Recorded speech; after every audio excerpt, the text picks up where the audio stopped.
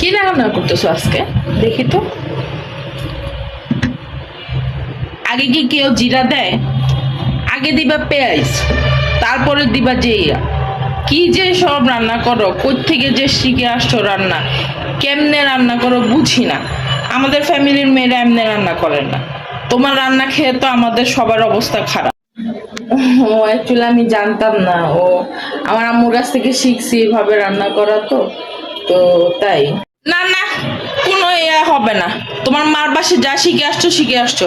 এখন থেকে এই ফ্যামিলিতে যেমন রান্না করা হবে ওইভাবে রান্না করতে হবে, নাহলে তোমার রান্না করে ঢোকার দরকার নাই। কি ব্যাপার বউ? জি মা। বেলা দেখি বাজে 2টা, তুমি দেখি এখনো রান্না বসা নয়, কি হয়েছে?